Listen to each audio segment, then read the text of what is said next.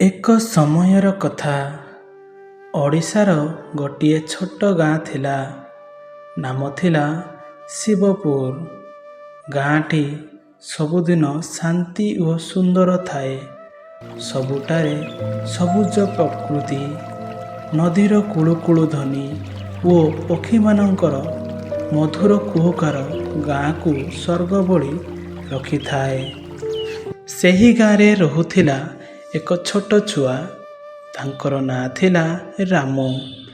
ରାମୁ ଅତ୍ୟନ୍ତ ଦୟାଳୁ ଓ ପରିଶ୍ରମୀ ଛୁଆ ଥିଲା। ସେ ତାଙ୍କ ପିତା ସହିତ କ୍ଷେତରେ କାମ କରୁଥିଲା ଓ ମାଆକୁ ଘର କାମରେ ସାହାଯ୍ୟ କରୁଥିଲା। ଦରିଦ୍ର ହେଲେ ମଧ୍ୟ ସେ ମନରେ ବହୁତ ଧନୀ ଥିଲା।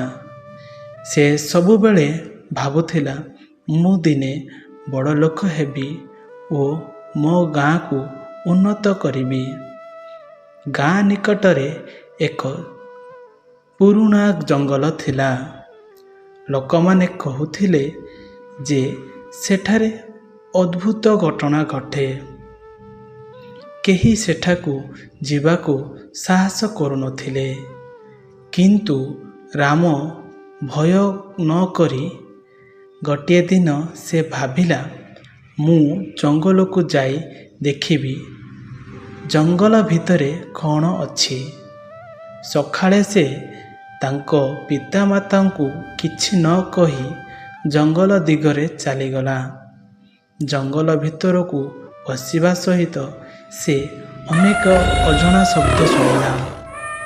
ପତ୍ର ଖସିବା, ପଶୁମାନଙ୍କର ଗର୍ଜନ ଓ ପବନ। ତଥାପି ସେ ଆଗକୁ ବଢ଼ୁଥିଲା। କିଛି ଦୂର ଯିବା ପରେ ସେ ଗୋଟିଏ ପୁରୁଣା ବଟବୃକ୍ଷ ଦେଖିଲା। ଗଛ ତଳେ ଗୋଟିଏ ବୃଦ୍ଧ ଲୋକ ବସିଥିଲେ। ତାଙ୍କ ଚେହେରା ଶାନ୍ତି ଓ ଜ୍ଞାନର ଚିହ୍ନ ଦେଖାଯାଉଥିଲା।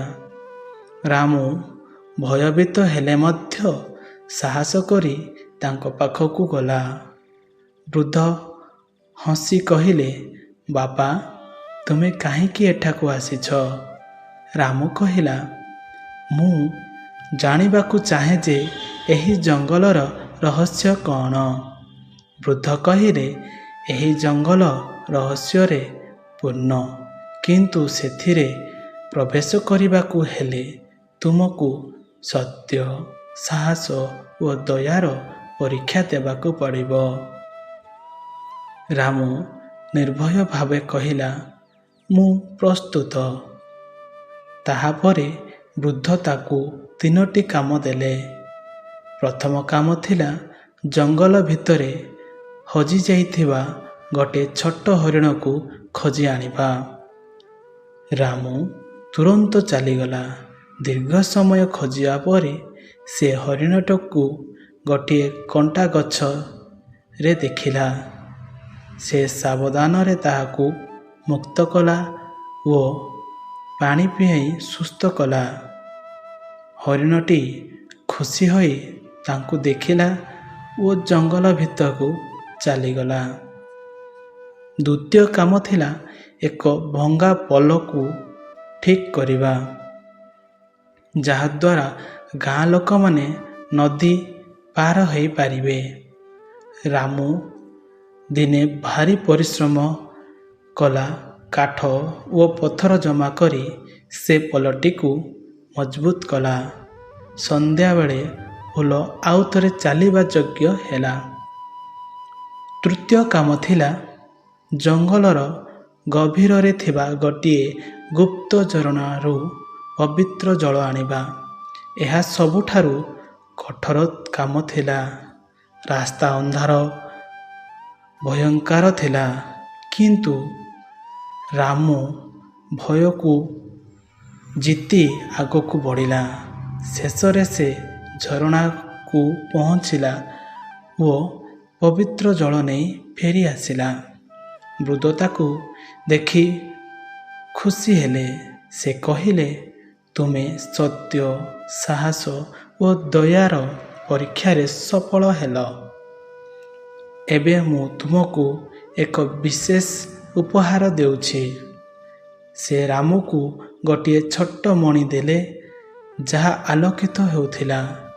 ଏହି ମଣି ତୁମକୁ ସହଯୋଗ କରିବ, କିନ୍ତୁ ମନେ ରଖ, ଏହାକୁ କେବଳ ଭଲ କାମ ପାଇଁ ବ୍ୟବହାର କରିବ। ରାମ ଗାଁକୁ ଫେରିଲା। ସେ ମଣିର ସାହାଯ୍ୟରେ ଗ୍ରାମର ଅନେକ ଭଲ କାମ କଲା।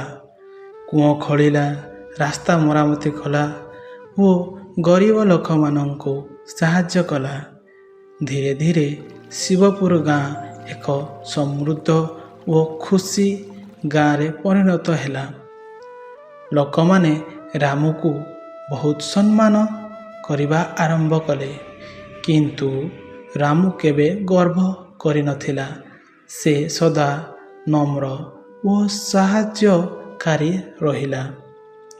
ଏକ ଦିନ ସେ ଆଉ ଥରେ ଜଙ୍ଗଲକୁ ଗଲା ଓ ବୃଦ୍ଧକୁ ଖୋଜିଲା, କିନ୍ତୁ ସେଠାରେ କେହି ନଥିଲେ। ସେ ବୁଝିଗଲା, ବୃଦ୍ଧ ମଣିଷ ନୁହେଁ, ସେ ଏକ ଦିବ୍ୟ ଶକ୍ତି ଥିଲା। ରାମ ହସିଲା ଓ ମନେ ମନେ କହିଲା, ମୁଁ ଆପଣଙ୍କ ଶିକ୍ଷାକୁ ସଦା ସ୍ମରଣ କରିବି। ଏହି କଥା ଆମକୁ ଶିଖାଏ ଯେ ସତ୍ୟ, ସାହସ ଓ ଦୟା ଥିଲେ ଜୀବନରେ କେହି ମଧ୍ୟ ସଫଳ ହୋଇପାରିବେ।